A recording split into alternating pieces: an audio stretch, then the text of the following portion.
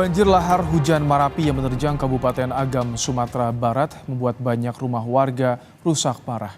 Hingga saat ini, ada 20 korban meninggal dunia di Kabupaten Agam dan 3 korban masih dalam pencarian.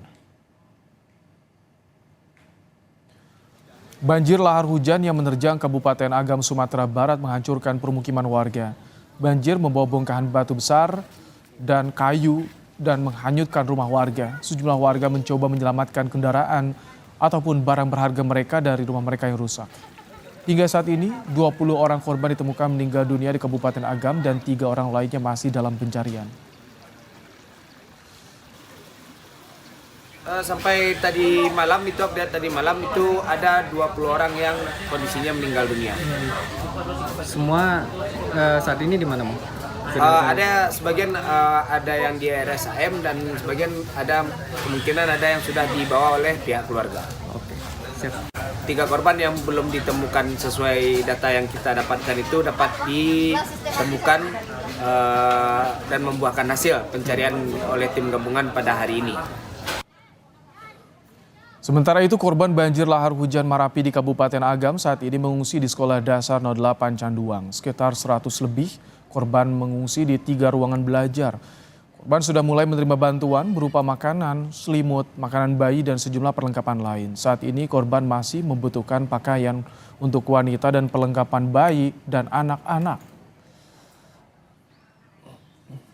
Kan kami di sini rata-rata untuk perempuan itu pakaian dalam, terus mandi, untuk itu pampers untuk anak-anak sama orang tua. Untuk kesehatan seperti apa, Bu, saat ini? Kenapa? Kesehatan. Kesehatan alhamdulillah kami mungkin shock.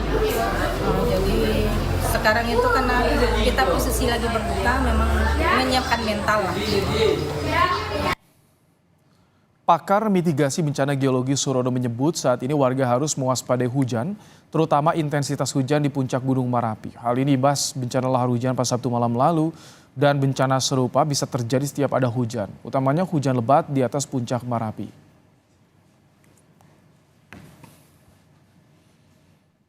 Jadi yang harus diperhatikan oleh masyarakat di sekitar Gunung Marapi, Sumatera Barat adalah setiap saat sekarang ini, karena material pasti masih ada di puncak Marapi ini. Setiap saat ada hujan di puncak Marapi, hati-hati di seluruh sungai yang berhulu di puncak Marapi. Dan ini tidak hanya berlangsung sekarang ini, bisa berlangsung selama ada hujan di atas puncak. Kalau letusan Gunung Marapi itu waktunya singkat, tetapi dampak lahar hujan bisa berlangsung di setiap musim hujan, utamanya adalah hujan lebat di atas puncak Marapi tersebut. Banjir lahar hujan yang melanda sejumlah kabupaten di Sumatera Barat pada Sabtu malam lalu dipicu hujan yang mengakibatkan luapan daerah aliran sungai yang berhulu di Gunung Marapi. Di Kabupaten Agam misalnya, korban ditemukan antara lain di Kecamatan Sungai Pua dan Canduang dan Ampekoto. Limpasan banjir ini menerjang Nagari Bukit Batabuah Canduang. Sementara di Kabupaten Tanah Datar, kecamatan yang terdampak antara lain Kecamatan Sapuluwah Koto, Parambahan, Kecamatan Batipuh, Pariangan, Kimakaum, dan Sungai Tarap. Banjir bandang di wilayah ini dipicu luapan Sungai Malana yang berhulu di Gunung Marapi. Hingga sore ini tercatat 43 orang meninggal dunia, sementara 15 orang lainnya masih hilang. Korban terbanyak ada di Kabupaten Agam 19 orang, Kabupaten Tanah Datar 14 orang, dan Padang Panjang 2 orang.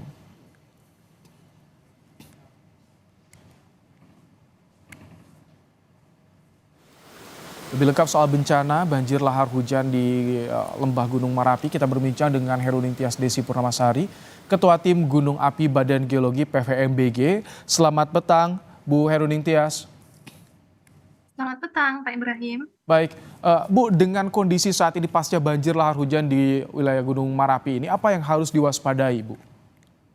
Iya, yang harus diwaspadai ini adalah adanya curah hujan yang cukup tinggi di area sungai-sungai yang berhulu di Gunung Marapi, dan ini adalah salah satu yang menjadi faktor adanya lahar di Gunung Marapi. Nah, itu disebabkan adanya endapan hasil dari produk erupsi Gunung Marapi yang kemudian bercampur dengan air hujan dan menghasilkan lahar.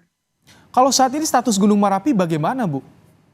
Untuk status gunung api saat ini masih di level 3 atau siaga dengan radius 4,5 kilometer jarak aman dari pusat erupsi gunung api di Fairbanks.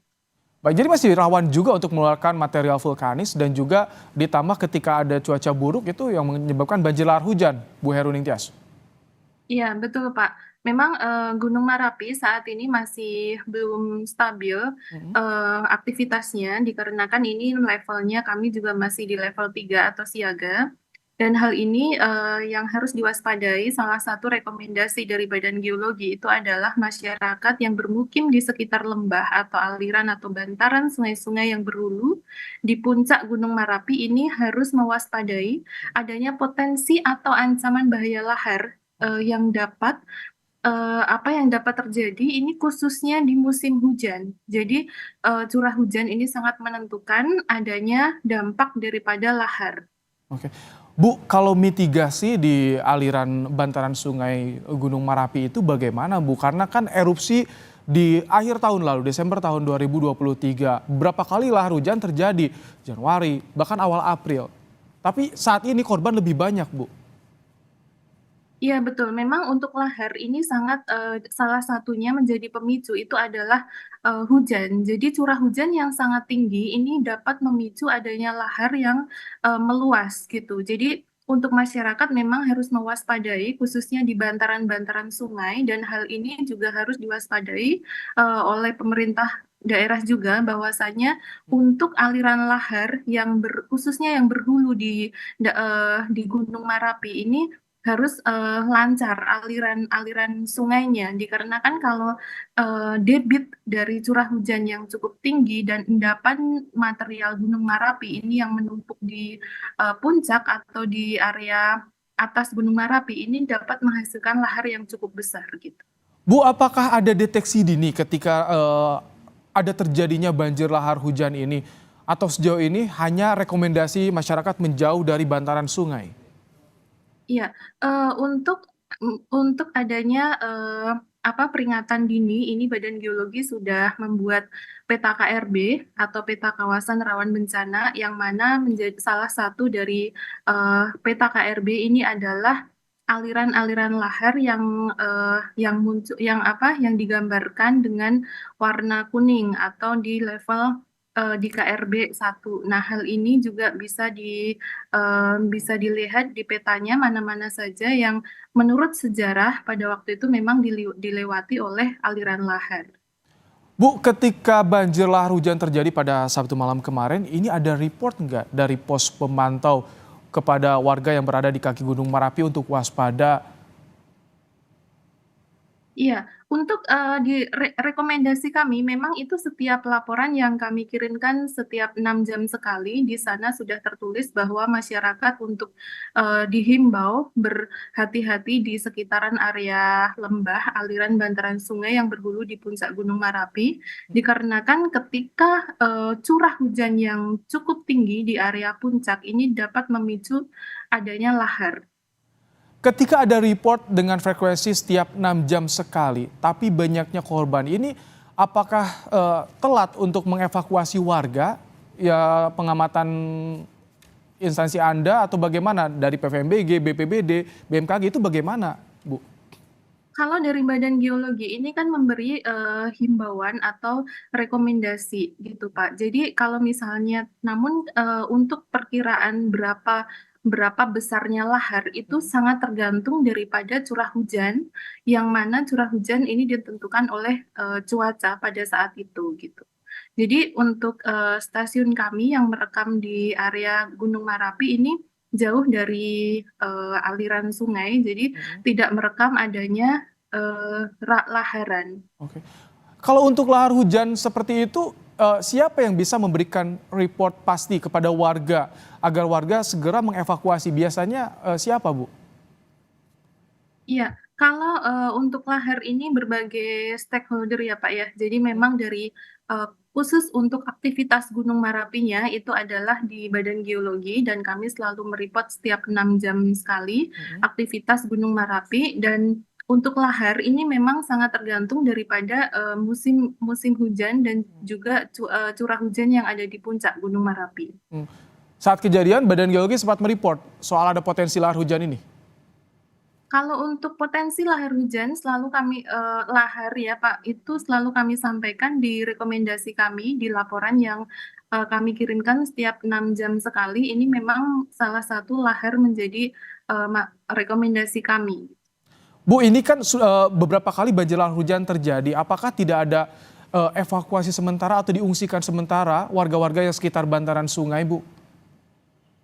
Ya, kalau masalah pengungsian ini memang harus ada komunikasi antar stakeholder, jadi tidak hanya satu atau dua instansi, jadi ini harus ada koordinasi yang sangat masif, mengingat bahwa lahar ini kan memang banyak sekali titik-titik yang harus diungsikan gitu Pak. Dan untuk masyarakat ini juga kami sosialisasikan ketika Gunung Merapi ini aktif. Memang erupsi yang terjadi di Gunung Merapi itu kan endapan-endapan daripada material dari puncak itu kan masih mengendap di area puncak. Nah, ini ketika curah hujan yang cukup tinggi ini bisa terbawa di bantaran-bantaran sungai dan dapat menghasilkan lahar. Namun seberapa laharnya ini harus kita mengetahui curah hujannya ini sangat tinggi dan juga endapan daripada produk